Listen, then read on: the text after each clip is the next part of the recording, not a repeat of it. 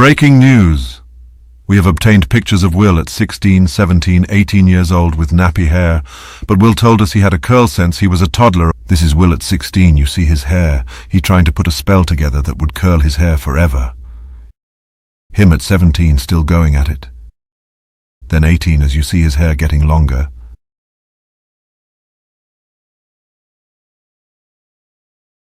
Then 19 after trial and error, he finally made it happen.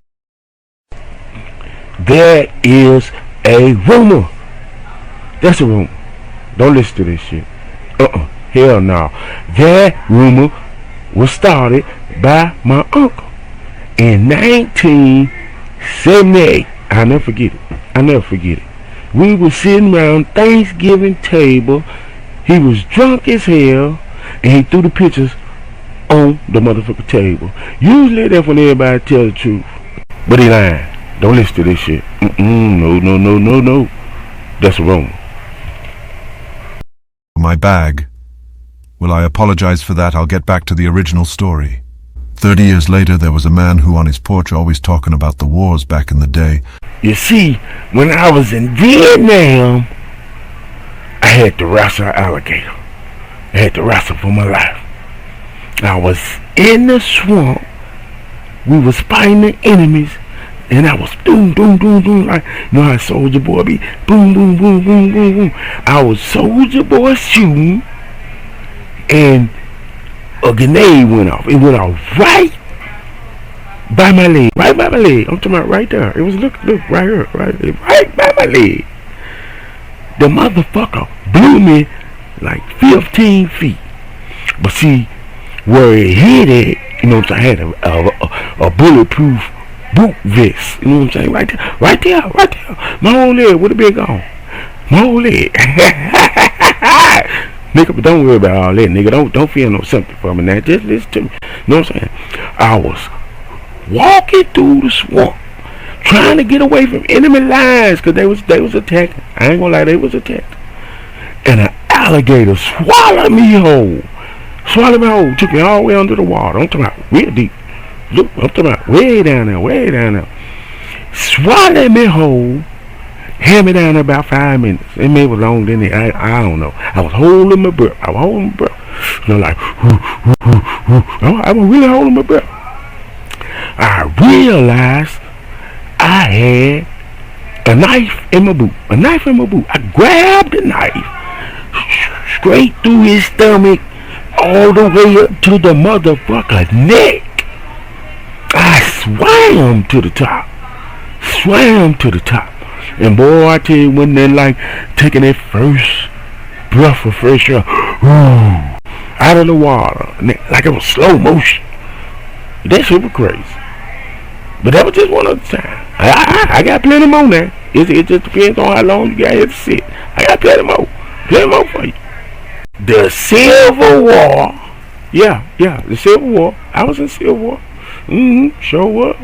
The Civil War is nothing like the Gulf War. You know what I'm saying? Ain't nothing like the Gulf War or the Bronx War. Now, the Bronx War, you know what I'm saying? They ain't really show that on the news that much. You know what I'm saying? So it was just quite a little few of us went there, you know what I'm saying? But the Civil War was the better one. I agree. I ain't, you know what I'm saying? I don't really condone it. No, I don't condone it. But Civil War, it was better. Sure was. Now, if you want to keep on talking, if you want to hear me, I don't really want to keep talking about it. But if you really want me to, I had a mission. I was sent on a mission. To protect the president. Sure was. Yeah, me. I had to protect the president. As we walked toward the helicopter, you know what I'm saying? I'm looking around. I peeped the whole scene, not just the middle part, the whole scene. As I peeped the scene, the president, I told him, run for the helicopter. As he ran, somebody jumped out with a machine gun. One of the Koreans, it was a Korean, they cool, I like them, you know, ain't no discrimination in the name, but he was Korean, you know what I'm saying? He jumped out, and as he jumped out, He let off a lot of shots. I think about 13 shots. I jumped in front of the president because I was sent on a mission. Sent on a mission, save my life, for my life. I had to save his life, you know what I'm saying? I was shot 6 times. 6 times, but I had a vest on. So don't feel sorry for me. I had a vest on. 6 times. The president got away. So I saved him. You know what I'm saying? I just wish they would have took me with them.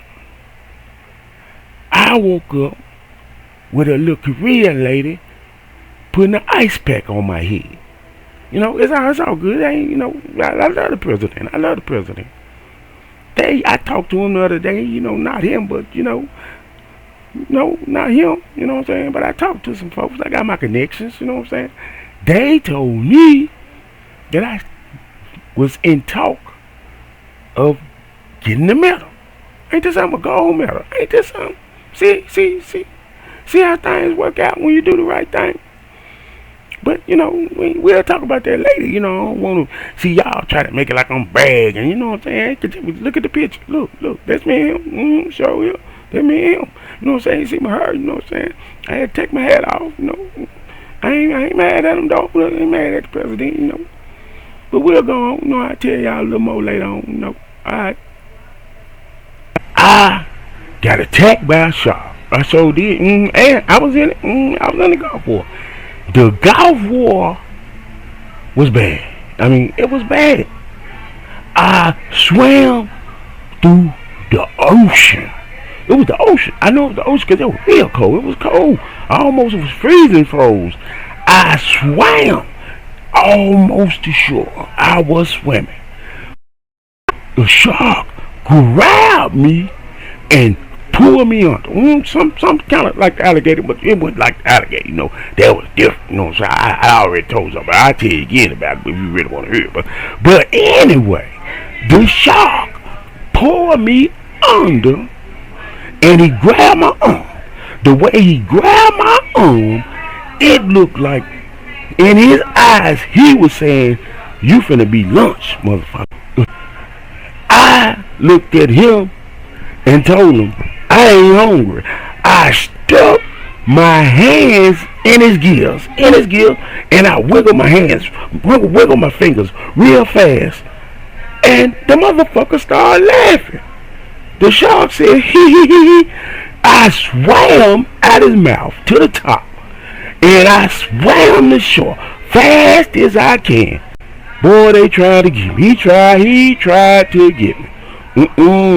No, but see, I don't want to tell y'all about it right now. You know what I'm saying? We could be doing other things. You know what I'm saying? It's 3 hours, you know what I'm saying? We get our drink on. We don't need to be talking about all that dangerous stuff. You know what I'm saying? We'll talk about that later. You know what I'm saying? Alright. In the heart of the city, where the neon lights flicker like promises and dreams, there lives a man known simply as Player Will.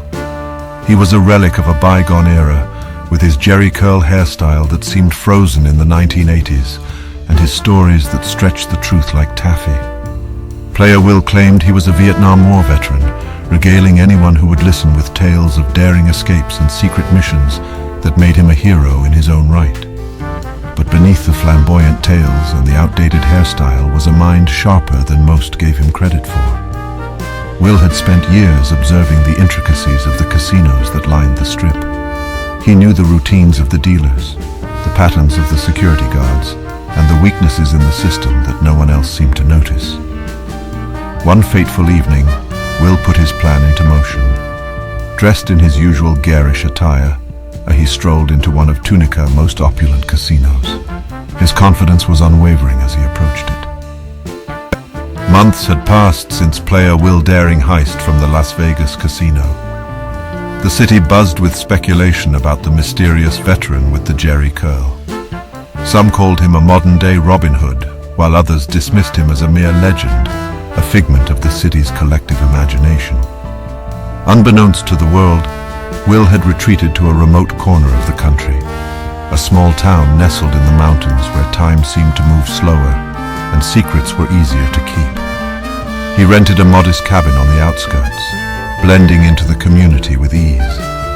His jerry curl was now neatly trimmed, a nod to the anonymity he craved. Despite his newfound seclusion, Will couldn't resist reliving the thrill of his casino scam. He often found himself sitting by the fireplace, a glass of whiskey in hand, replaying the events of that fateful night in his mind.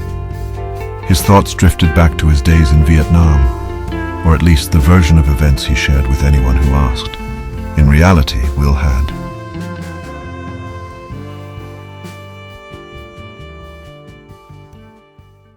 And he would go on and on, but no one knew his was a casino scam master, using loaded dice and number-reading FBI. Been on his trail for 2 years, but they feel like they're getting closer. But soon as they arrive, there is no trace of Will. Will been living the good life, staying out the way until he decided to go home. Police was tipped off. They pulled Will over. He jumped out the car.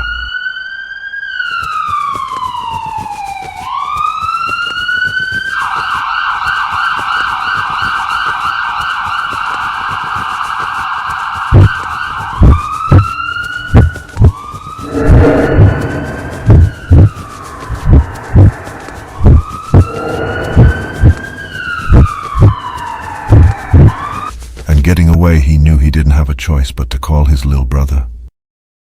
I didn't do this stuff. This is not me. I'm fighting for my life. Y'all killing me with this. Look here, baby. Don't be calling my phone like that.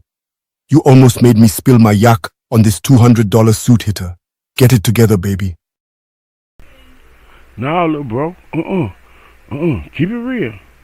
The real reason you left to go to Hollywood is because my hair longer than yours, and you just couldn't take it. Oh, shit! Say it again! Say something else! Oh! Say something else! Say something else, nigga! See, lil' bro, there you go. Always trying to make things about you. Them police would have killed me. I had 100,000 in my backpack, my activator, all my hits gone. Yeah, you're right. Well, check this out. Ice Cube just hit me up to do another Friday film. After that, we can do a film called Saturday. Ha ha ha, now, get your hits. We're moving to Hollywood. California, huh? I wonder how many casinos they got there, ha ha ha ha.